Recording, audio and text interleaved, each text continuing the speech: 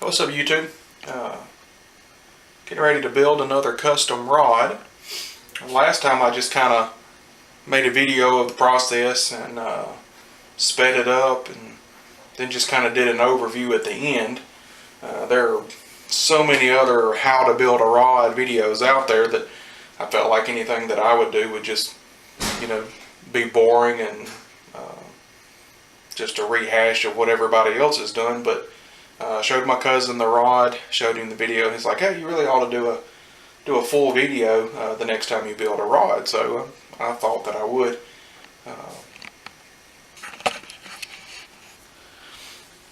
So the first thing I usually do is unpackage my blank, obviously. Get all my parts out. So I've got all my eyes laid out there. This is going to be a spinning rod. This is a 7-foot medium light fast. It's a point blank. If you've never heard of them, you really ought to check them out. These are amazing blanks. They are so light, but yet so strong, very sensitive. I've built this rod once before. It has a full cork handle, Fuji seat, and then a cork foregrip, and Fuji eyes. Those are alkanite eyes. Anyway, the total weight of the rod completed was like 3 3/4 ounces, somewhere between 3 1/2, 3 3/4 ounces. Very, very light.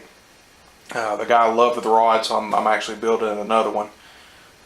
So the first thing I do is get my blank laid out, got all my parts laid out, and then I kind of just lay my handles, up against the blank and kind of measure them out, and then I put like a little mark. It's hard to see because I do it with Sharpie, but I put a little mark where the end goes. You can see there that it says seat, so that's the section where my real seat will go. And then I've got another little mark for where the end of my foregrip should land. Anyway, that just kind of helps me lay it out. It also helps when I'm spreading the handle glue on the blank. I know exactly where to spread it between the lines that I've marked.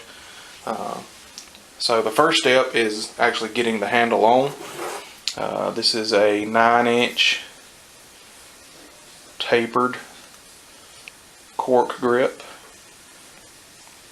It's a little tang there. I've marked it because it's actually a little bit long for the butt cap I'm going to use, so I'll have to trim a little of that off.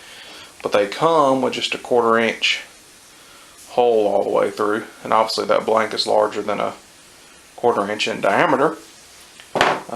So I have these handy reaming tools here. It's basically just a piece of fiberglass with sandpaper wrapped around it. They make different kinds that probably work a lot better, but this is about the cheapest thing you can buy, and that's what I have at the moment. It still works pretty good. I just stick them in my drill and ream out the hole, stepping up in size until it will slide on the blank. So that will be our first step. Okay, so the reamer kit comes with 4 different size tapered reamers. It starts with the smallest,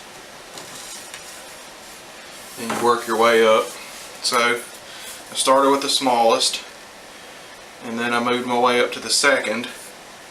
And as you can see, I've still got quite a ways to go, because that's how far down the blank I've made, and I've still got to come all the way down to the end. So there's where my handle was sitting, and I've got to get it all the way down here to the end. So I'm going to have to use the number 3 size reamer all the way up to the full point of the taper to get that to go all the way down. Alright, so I've just used the number 3 size reamer. Again, there are 4 in the kit. This is the smallest, number 2. Number 3 is what I got out, and then there's the largest. and run it all the way through the handle.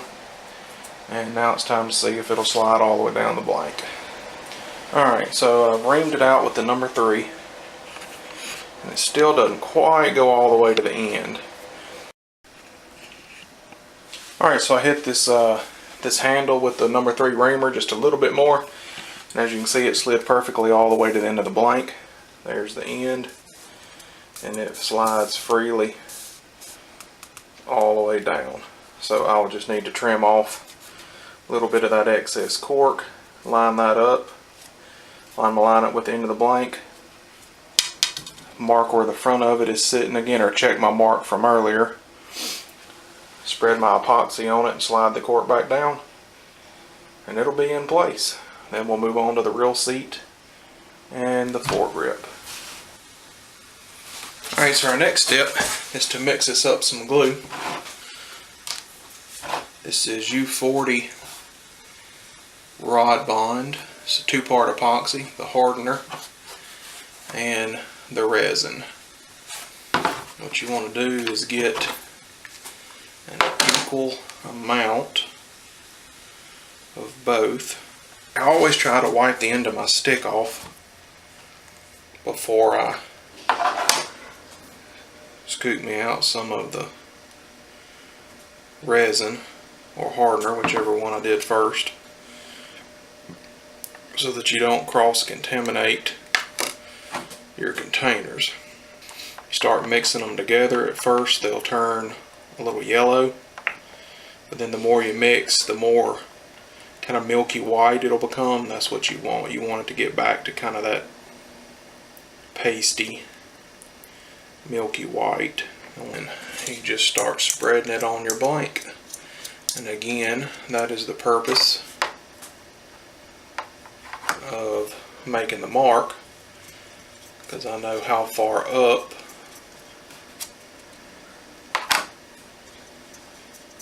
to spread my epoxy on the blank. I'm just using these little cheap nylon brushes from the hobby store. It doesn't take a lot of this stuff. Just kind of get a good even coat. You notice I'm not putting any on the last inch or so. The reason for that is when I start sliding the handle down, some of this is going to push to the end and coat that last little bit. And if I had it coated as well, then when I slide the handle down, it would just push all of it right off the end of the blank and make a mess. And I learned that the hard way.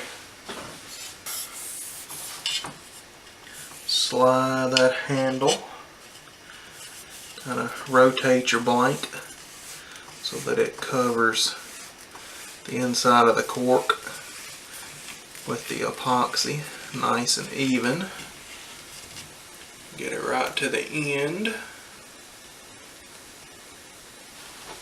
Make sure it's good and flush. And it is. And then just let it sit. And this stuff usually takes all night to harden. It's one of the things I'm not as crazy about this kind that I've got. It takes a lot longer to set up.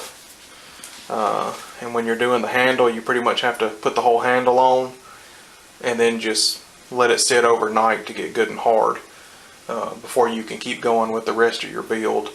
The last stuff I had set up in a couple of minutes, and within 15 minutes it was set. Of course, it needed 24 hours to cure completely, but it was set enough within 15 minutes that I could keep working without worrying about it sliding off or moving around on me. But this stuff, it takes several hours to get to that point. So usually what I do, and I'm out of it, I need to get some more, is I use this stuff, which takes a lot longer to cure, but it'll also last a lot longer. The slower the cure, the longer it'll last. It won't get hard and brittle like some of the quick curing epoxy. So it's going to give you a lot longer life on your handle. So normally what I do is I mix up a bunch of that, spread it evenly across my blank, and then mix up just a little bit of the 5-minute stuff and put it in one or two little places, and then slide my handle down and the 5-minute will cure and be hard and set within 15 minutes, and I don't have to worry about the handle moving on me. But then the other stuff can cure overnight, and you don't get the brittleness of the quick. So you get the best of both worlds by doing that. Within 15 minutes you can keep working, your handle's not going to move on you. But using this stuff is what I recommend, the slow cure bond, because you just get better life out of it. So we're at our next stage here. Our handle is good and secure, it's nice and dry, and what I've done is made my own reel seat arbor out of tape. Most reel seats come with these little foam, let's see if I've got one not in a package. Yeah, these kind of little foam arbors, they're kind of pieces of crap, because when you try to ream out the inside to get it to fit over the rod, they just fall apart. As you can see, the diameter of this one is the same diameter of the rod, which would mean I'd have to pretty much just destroy it to even get it to go on. You can get different size ones, but again, I don't like them. They're hard to fool with. They make a mess. I just don't care for them. The more research that I did when I started building rods, the more I found that using tape to build up the seat a little bit is a very common practice. Pretty much all builders do it, even large companies that you can go and buy their rods off the shelf at the store. They do it. It's pretty much common practice, and really it doesn't serve any purpose other than to get the diameter up to the inside diameter of the seat. So I will fill up this entire area with epoxy. Again, as I mentioned earlier, some of the slow cure U40 rod bond, that'll cure nice and slow. It'll give a good hold. This reel seat should never move. And then I'll mix in a little bit of the quick cure as well, just to keep it from going anywhere. I'll fill in these empty spaces with epoxy, fill in around the tape, around the edges, so that it bonds the tape to the blank and the seat to the tape and to the blank. Basically, I'm just gonna give a really good heavy coat of epoxy to this whole area. Get everything coated real good, slide the reel seat over it in place, and then a lot of times once I get it where I want it, I'll go back and wrap a little tape around the end here just to make sure that it doesn't move. And I know what some of you are thinking, why are you putting that reel seat on backwards? I haven't reamed out this piece of cork yet, but it is a VSS adapter. So this piece of cork actually slides onto the reel seat there, and they kind of marry together. Looks real nice. Normally you see this at the bottom, but occasionally you will see it kind of reversed like this with the hood on the bottom, and this piece towards the top of the blank. And that's the way this customer wanted it. He sent me a picture and said, I want my handle done like this, so that's what I'm doing. I'm doing what he asked me to do. And it actually looks pretty cool when it's all finished. Even though technically it's on backwards, so to speak, it actually looks really good when it's done. Anyway, I'm gonna lather up this blank with some epoxy and get this seat on there. What's up, everybody? Back at it again. Last time we talked, I was getting ready to epoxy this reel seat on. It is on. It is good and secure. Epoxy's nice and dry. One of the other things that the customer asked me to do was to taper the end of this grip down a little bit. You can see it doesn't taper much at all. So I'm going to use some sandpaper, some light sandpaper, and just run around it and taper that down a little bit.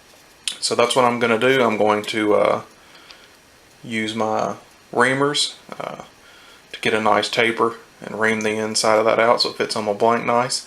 And I'm going to take a little bit off of the outside here and taper that down, and I'll show that to you when I'm done. Alright, got her all reamed out and tapered down. I don't know how well you can tell, but you can see I did taper the nose down just a little bit there with a piece of sandpaper. So that is what the real seat's going to look like, the handle and the foregrip. I'm just going to brush a little bit, a real thin layer. It doesn't take much of this stuff. A real thin layer here on this real seat where the cap will sit. Again, it doesn't take a lot, so I just kind of want to get a nice even coat on the entire surface. Really thin coat, as thin as I can get it. Just going to brush the rest of it around the blank.